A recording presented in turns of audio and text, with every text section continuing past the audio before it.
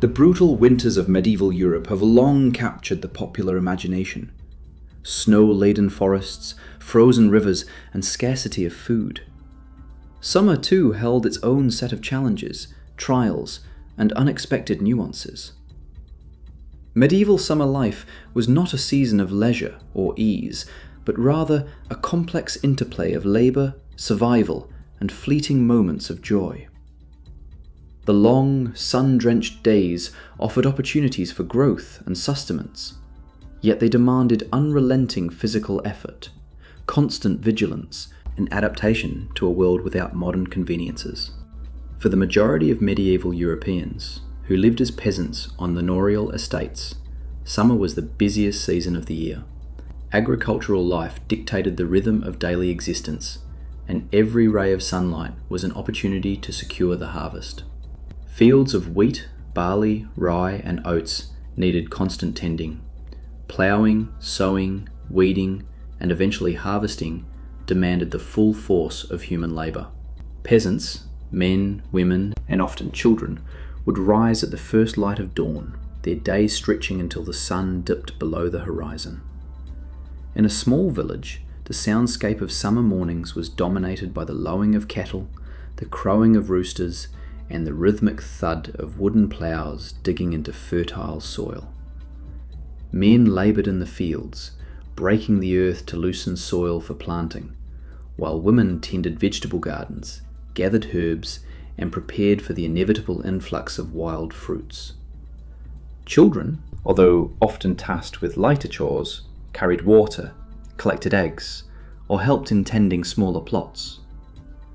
Unlike the harsh cold that forced humans indoors during winter, summer demanded exposure to the open air, with little respite from the sun's heat. The physicality of summer work was punishing. Medieval tools were crude compared to modern standards. Wooden ploughs with iron tips, hand sickles, and scythes required immense strength and stamina. Injuries were common. Splintered wood, blisters, and accidental cuts could fester in the heat. Illnesses like sunstroke and dehydration were constant threats, particularly during long periods of field labour under relentless sunlight. Yet, despite the grueling work, summer was a time of hope. Crops sown in spring began to bear fruit, promising sustenance for the coming winter. Summer also brought a sense of vibrancy to medieval villages that winter could not sustain. The open fields and mild weather allowed people to gather, socialise, and participate in seasonal festivals. Market days were more frequent, with travelling merchants bringing spices, textiles, and tools. Villagers could barter their goods, exchanging surplus produce for items not locally available. Festivals played a central role in the social life of the medieval summer. Religious celebrations, often aligned with saints' feast days, drew communities together. These occasions were marked by music, dancing, theatrical performances, and communal feasts. While work dominated daily existence, such festivals provided rare opportunities for respite and celebration. The air would be filled with the aroma of roasting meats, fresh bread, and sweetened mead, offering a sensory relief from the otherwise utilitarian aspects of rural life. Despite these moments of social cohesion, summer life was not free from hierarchy and tension. The manorial system dictated that peasants provide labour or rent to the local lord, and failure to meet obligations could have dire consequences. Lords and their households engaged in summer hunting expeditions, often taking over nearby forests and lands, limiting peasants' access to essential resources such as firewood, wild game, and water. These seasonal power dynamics were a reminder that, even in the warmth and light of summer, social inequality was an inescapable reality. While summer offered an abundance of food compared to the winter months, it also brought unique challenges. Fresh fruits, apples, cherries, plums, and berries, ripened and were harvested. But without modern refrigeration, they had to be consumed quickly or preserved through drying, pickling, or fermenting. Vegetables, such as cabbages, onions, and beans, flourished, providing essential nutrients. Dairy production, milk, butter, and cheese, was at its peak. But again, perishability required careful timing and knowledge. Meat was less accessible to peasants, largely restricted to hunting game or tending livestock. Summer pastures allowed animals to graze freely, improving their health, but without cold storage, meat had to be processed immediately.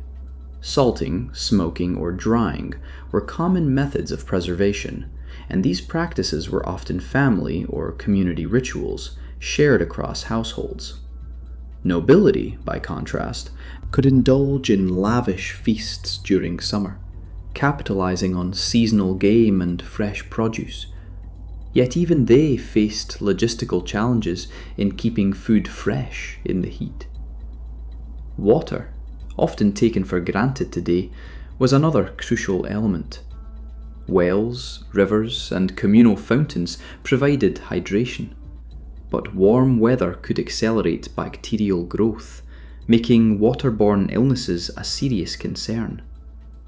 Knowledge of which sources were safe and careful handling of milk, beer, or spring water could mean the difference between health and sickness in a sweltering summer. Medieval summers were rife with health hazards, many of which are easy to overlook when imagining life in the past.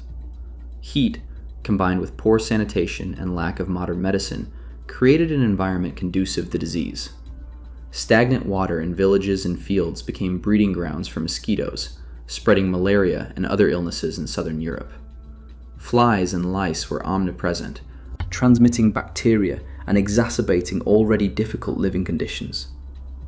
Digestive ailments were particularly common, as food could spoil rapidly in the heat. Without refrigeration, meat, milk, and even bread could ferment or become contaminated. Outbreaks of dysentery and cholera were more frequent in summer months, especially in densely populated towns.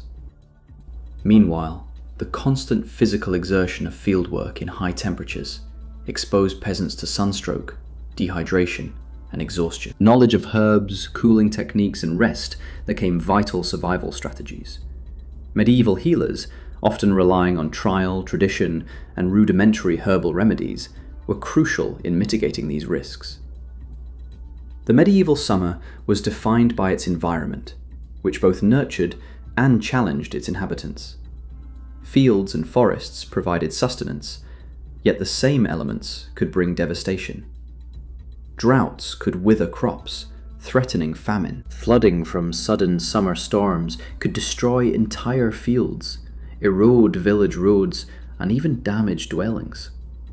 Farmers had to read the skies, interpret the patterns of birds and insects, and act preemptively to protect their livelihoods. Forests, while providing wood, game, and forage, also posed threats. Predatory animals such as wolves occasionally ventured closer to villages during dry summers when natural prey was scarce.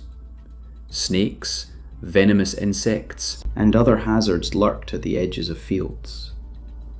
The medieval human relationship with the environment was deeply pragmatic. Survival depended on both exploiting and respecting nature's cycles. Summer clothing was another challenge. Peasants wore wool and linen garments, both ill-suited to extreme heat. Layers were necessary for protection against the sun, insects, and thorny plants in the fields, but they amplified discomfort. Footwear, often basic leather or wooden clogs, offered little ventilation, leading to blisters and infection. Nobles enjoyed lighter fabrics, but even silk or fine linen could become suffocating in prolonged heat, especially within stone castles that trapped warmth. Cooling techniques were primitive. Hand fans, shaded courtyards, and occasional immersion in water were luxury measures, often beyond the reach of common folk. Summer also shaped mental and spiritual life.